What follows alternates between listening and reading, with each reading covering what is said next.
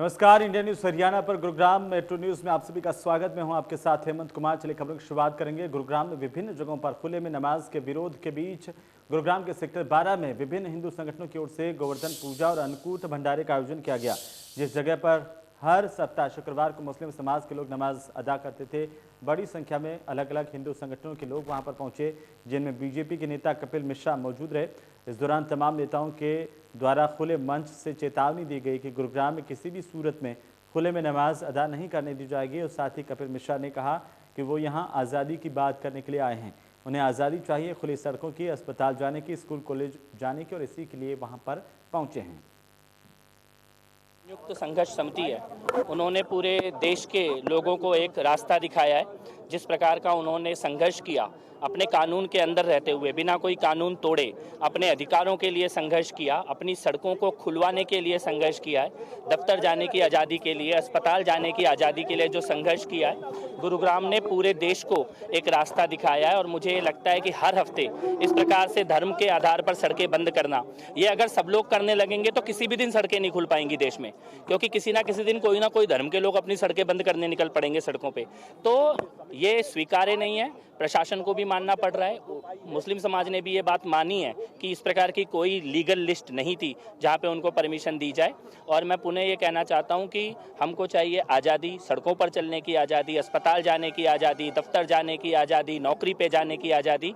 और धर्म के नाम पर हर हफ्ते सड़कें बंद करना किसी के भी हित में नहीं है, क्योंकि सब ये करने लगे तो देश में कोई सड़क कभी खुलेगी ही नहीं। गुरुग्राम में खुले में नमाज के विरोध के बीच अगर आज हम बात करें गुरुग्राम के सेक्टर 12 में, आपको दिखाना चाहेंगे जिस जगह पर नमाज अदा की जाती थी, आज वहां विश्व हिंदू परिषद के द्वारा जो है गोवर्धन पूजा की गई, अन्नकूट भंडारा जो है यहाँ पर किया गया। सुबह से ही तमाम लोग यहाँ पर पहुंचे बड़ी संख्या में। आपको दिखाना चाहेंगे ये सेक्टर 12 का वो ग्राउंड है जहाँ पर अगर बात की जाए तो हर शुक्रवार को दोपहर को यहाँ पर नमाज अदा की जाती थी। लेकिन आज यहाँ नमाज अदा जहाँ की जाती थी उस जगह पर बड़े स्तर पर एक अगर बात करें गोवर्धन पूजा का जो कार्यक्रम है वो आयोजित किया गया था। एक तरफ गोवर्धन की पूजा रही, दूसरी तरफ ये अन्नकूट भंडारा जो है विश्व हिंदू परिषद की तरफ से रहा।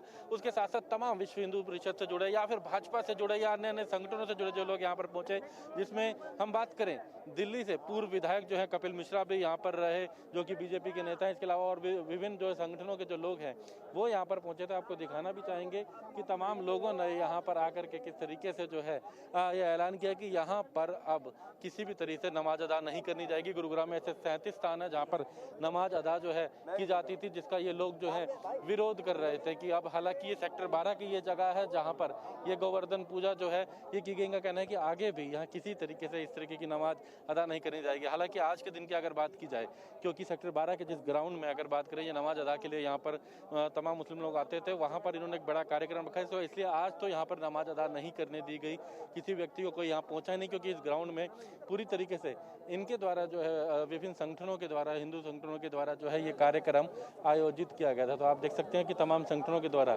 यहाँ इस तरीके से एक बड़ा जो कार्यक्रम है वो यहाँ पर आयोजित किया गया था। आप ये देख सकते हैं कि एक तरफ यहाँ पर गोवर्धन पूजा, दूसरे अन्नकूट भंडारा, ये तमाम आयोजन रहे। और सीधे तौर से यह चेतावनी भी दी गई कि किसी भी सूरत में गुरुग्राम के अंदर जो 37 स्थानों पर नमाज अदा की जाती थी वहाँ नमाज अदा नहीं करने दी जाएगी। ये यहाँ पर इस मंच से ऐलान किया गया कि अगर ऐसा हुआ तो इस विरोध प्रदर्शन को आगे भी बढ़ाया जाएगा। लेकिन फिलहाल आज के दिन अगर बात करें तो सेक्टर 12 में जिस जगह ये नमाज अदा होती थी वहाँ पर इस तरीके से एक पूरा ये कार्यक्रम आयोजित किया गया था, जिसके चलते यहाँ नमाज अदा नहीं की गई। गुरुग्राम से दीपक शर्मा, इंडिया न्यूज। वहीं हरियाणा के गुरुग्राम में दीपावली के अगले दिन प्रदूषण की मात्रा बढ़ने के चलते लोगों को काफ़ी दिक्कतों का सामना करना पड़ रहा है। एयर क्वालिटी इंडेक्स की मात्रा 500 के करीब पहुंच गई है। और यहाँ के एक्यूआई की हम बात करें तो 810 एक्यूआई PM 2.5 है। कल इसी क्षेत्र में एक्यूआई 350 से लेकर के 400 के बीच बना हुआ था। गुरुग्राम में लोगों को काफ़ी दिक्कतें हो रही है। हमारे संवाददाता दीपक शर्मा ने प्रदूषण का जायजा लिया। हम पे देखिए।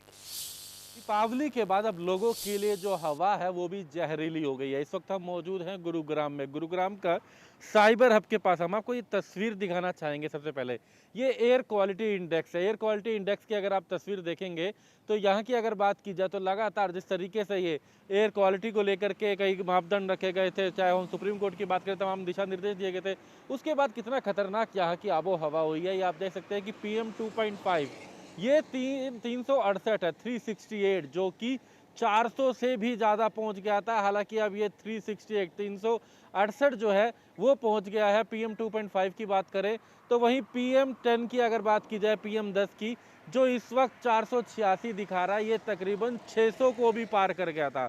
ये लगातार चिंता का विषय है जिस तरीके की एयर क्वालिटी हुई है। कहीं ना कहीं ये एयर क्वालिटी इंडेक्स आप देख सकते हैं, ये लोगों के लिए एक चिंता का विषय। हालांकि इसके साथ साथ तमाम जो है इंस्ट्रक्शन भी लोगों के लिए आ रही हैं क्योंकि ऐसे में कि घर से बाहर निकले, खासकर बच्चों के लिए ये दिखाना चाहेंगे। ये गुरुग्राम के कहने को तो पॉश इलाका है जहां लोग एक अच्छे जीवन के लिए आते हैं, लेकिन जिस तरीके का ये एयर क्वालिटी इंडेक्स रहा दिल्ली एनसीआर की बात की जाए, खासकर दीपावली के बाद और खुल करके आतिशबाजी बम पटाखे देखे गए और उसके बाद अब ये आबो हवा जो जहरीली है लोगों के लिए है। हम डॉक्टरों की भी बात करें तो हमारी सुबह बात, उनका कहना है कि लगातार मरीजों की संख्या बढ़ी है, आज अपॉइंटमेंट उनके बड़े हैं। ये आने वाले समय उनका कहना है कि और दिक्कत होगी, अगले 4 से 5 दिन में और देखा जाएगा कि किस तरीके से लोगों को सांस लेने में दिक्कत होती है, जो आज सुबह से भी नज़र आ रही है। यह आप यहाँ देखेंगे कि कहीं ना कहीं बिल्डिंगें जो हैं वो भी आगे धुंधली नज़र आती हैं। हालात इस तरीके के हो चुके हैं कि तो कहीं ना कहीं लोगों के लिए ये आबो हवा पूरी जहरीली है। ये हालात गुरुग्राम के इसी तरीके से दिल्ली की तस्वीरें देखी थी, गाजियाबाद की देखी थी, और ये गुरुग्राम जो लगातार लोगों के लिए चिंता का विषय है, खासकर जिस तरीके की हालात जो हैं वो बने हुए हैं। हालांकि ये मास्क जो कि कोरोना से बचने के लिए थे, लेकिन आज इसके लिए सबसे ज़्यादा ज़रूरत है, इस एयर क्वालिटी से बचने के लिए भी इसकी ज़रूरत पड़ रही है, क्योंकि कहीं ना कहीं ये हवा जो है अब लोगों के लिए जहरीली होती नज़र आ रही है। गुरुग्राम से दीपक शर्मा, इंडिया न्यूज़। दीपक। उधर गुरुग्राम में शुक्रवार को AQI 460 से पार पहुंच गया। गुरुग्राम के मानेसर और सेक्टर 51 में सबसे ज़्यादा 468 AQI नोट किया गया और प्रदूषण की मात्रा ज़्यादा होने के चलते विजिबिलिटी काफ़ी कम रही। बढ़ते हुए प्रदूषण के बीच स्वास्थ्य विभाग की ओर से अपील की गई कि घरों के बुजुर्ग और बच्चों का ख्याल रखा जाए, बिना वजह वे घर से बाहर नहीं निकलें। 14 NCR डिस्ट्रिक्ट्स में, 14 NCR डिस्ट्रिक्ट्स में और दिल्ली NCR में पटाखों पर बैन लगाया, लेकिन फिर भी दिवाली के उपलक्ष्य में त्यौहार मनाते हुए लोग संभवतः इतना ध्यान नहीं रख पाते और पटाखों का इस्तेमाल भी हुआ।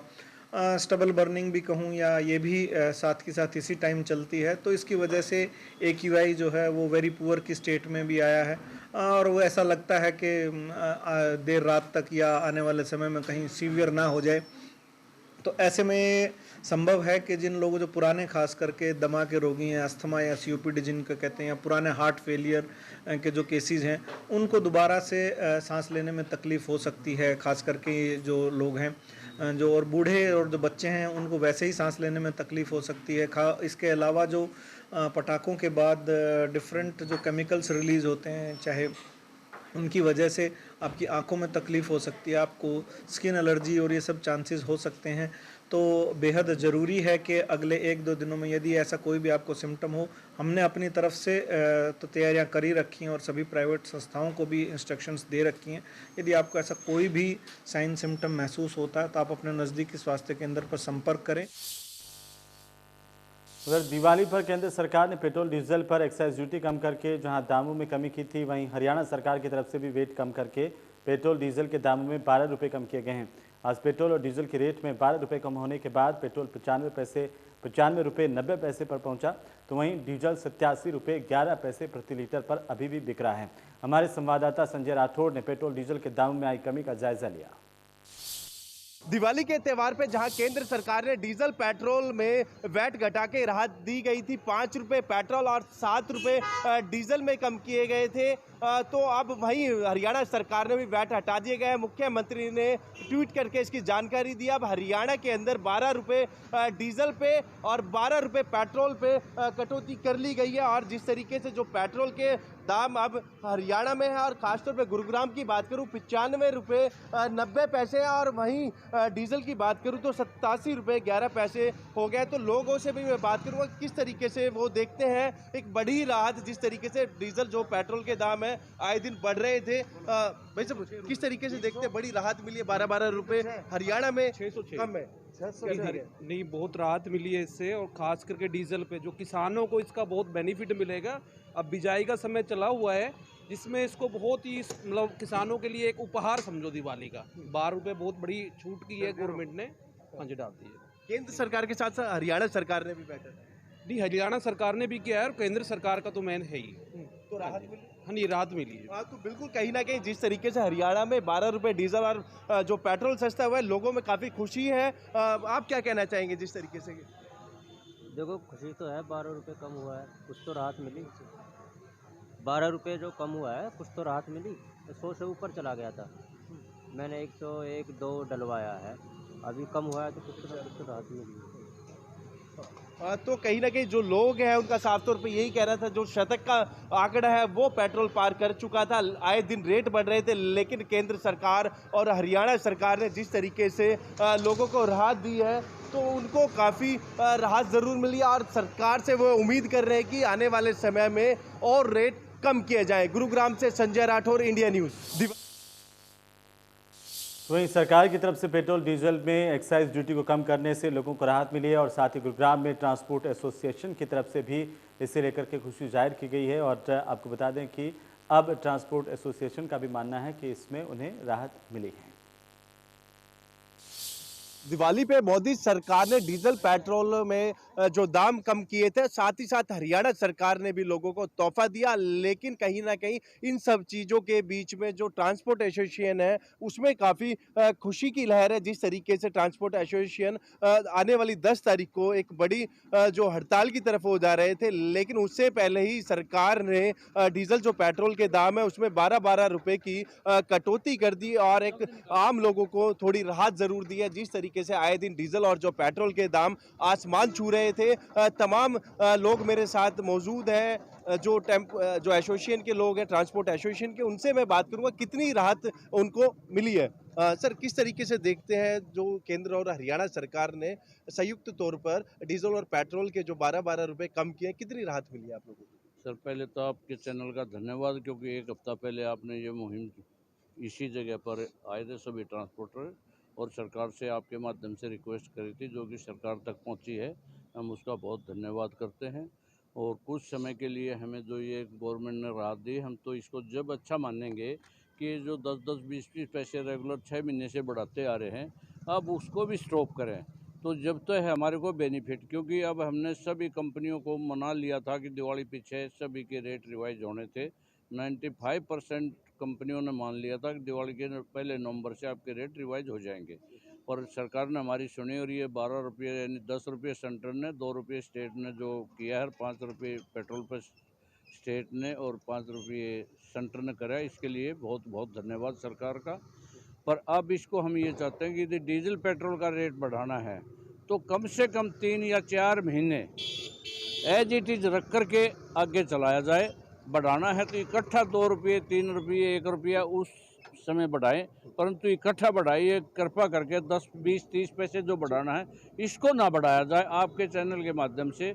और ये पूरी इंडिया की मांग है, सभी ट्रांसपोर्ट भाइयों की मांग है, सभी बिजनेसमैन की मांग है कि ये इस तरह ना बढ़ाया जाए जैसे पहले। आप क्या कहना चाहिए, कितना चैलेंज आपके लिए था? क्योंकि जो किराया था वो वही था, लेकिन डीजल और जो पेट्रोल के दाम थे आए दिन आसमान छू रहे थे। पहले तो मैं आपका इंडिया न्यूज़ को धन्यवाद करना चाहूँगा। मैं सुमंत मोदी ट्रांसपोर्ट कंपनी गुड़गांव। मैं राज्य सरकार और केंद्र सरकार का भी धन्यवाद करना चाहूँगा कि उन्होंने बड़ा अच्छा स्टेप लिया। और ये सिर्फ ट्रांसपोर्टर के लिए नहीं है, ये आम जनता के लिए भी है। आम जनता रोज़ जो अपनी गाड़ियों में तेल भरवाती है, रोज़ अपनी बाइक में तेल भरवाती है। आमदनी नहीं बढ़ी, आमदनी पहले से कम हुई। कंपनियां मजबूर हुई लॉकडाउन के वजह से, आमदनी भी कम करी, उनकी आमदनियां नहीं बढ़ी, मगर तेल के और इनके रेट बढ़े। हमें इस बात का नहीं पता कि हमारी सरकार की क्या मजबूरी रही, मगर हम इस चीज़ को कहेंगे कि इसको आगे रेटों को और ना बढ़ाते हुए कम से कम जहां हम पिछले लॉकडाउन में खड़े थे 60 रुपये लीटर, 59 रुपये लीटर, हम लोगों को वहीं पर लाया जाए, जिससे हम आगे जो भी कंपनीज को और जो भी जनता को हम आगे सर्विस दे रहे हैं उनको भी इसका लाभ उठे, हमारे भी रेट कम हो, उनको भी अच्छा लगे, और हमारी ट्रांसपोर्टर एसोसिएशन जो भी है इसके खिलाफ कोई भी कदम ना उठाए सरकार। आप क्या कहना चाहेंगे, जिस तरीके से आसमान छूते रेट और दिवाली पे एक बड़ा तोहफा केंद्र और हरियाणा सरकार के लिए? नहीं, इसके लिए हम गवर्नमेंट का भी धन्यवाद करने चाहेंगे और हमारे एसोसिएशन के प्रधान शर्मा जी यहाँ मौजूद हैं, इनका भी बहुत सहयोग है इस चीज़ में, और हर कदम पे ये खुश हैं आप? लेते हैं और बिल्कुल खुश हैं।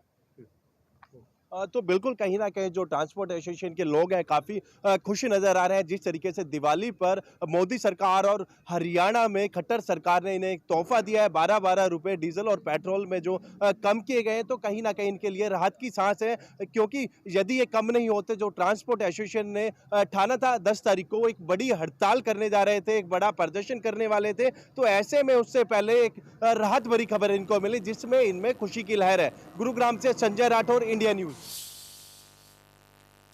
वहीं साइबर सिटी गुरुग्राम के कासन गांव में दीपावली के दिन फायरिंग से सनसनी मच गई। दरअसल कासन गांव के पूर्व सरपंच के परिवार पर रंजिशन 1.5 दर्जन से ज्यादा राउंड फायरिंग की गई और कातिलाना हमला किया गया। हमारे संवाददाता मोहित ने कासन गांव में हुई फायरिंग के बाद मंजर का जायजा लिया है, देखिए। सर, थाना क्षेत्र के कासन गांव में आज पूर्व सरपंच गोपाल के घर पर ताबड़तोड़ फायरिंग कुछ बदमाशों ने कर दी। मैं इस वक्त उसी लोकेशन पर खड़ा हूं जहां मैं आपको दिखा दूं कि इस मकान के ऊपर ये पूरी फायरिंग की गई है। गुरुग्राम के मानेसर के कासन गांव के अंदर पूर्व सरपंच गोपाल का ये मकान है जहां पर ये पूरी फायरिंग की गई है। बता दें कि पूर्व सरपंच के जो परिजन हैं उसमें तकरीबन 4 से 5 लोगों को गोलियाँ लगी हैं और गुरुग्राम की जो तमाम टीमें हैं वो यहाँ पर इस पूरे मामले की तफ्तीश कर रही हैं। इस रास्ते से होते हुए जो अपराधी थे उन्होंने यहीं से ही फायरिंग जो है ताबड़तोड़ शुरू कर दी और यहाँ से फायरिंग। इसी के साथ ही मेट्रो न्यूज़ गुरुग्राम में फिलहाल इतना ही। नमस्कार।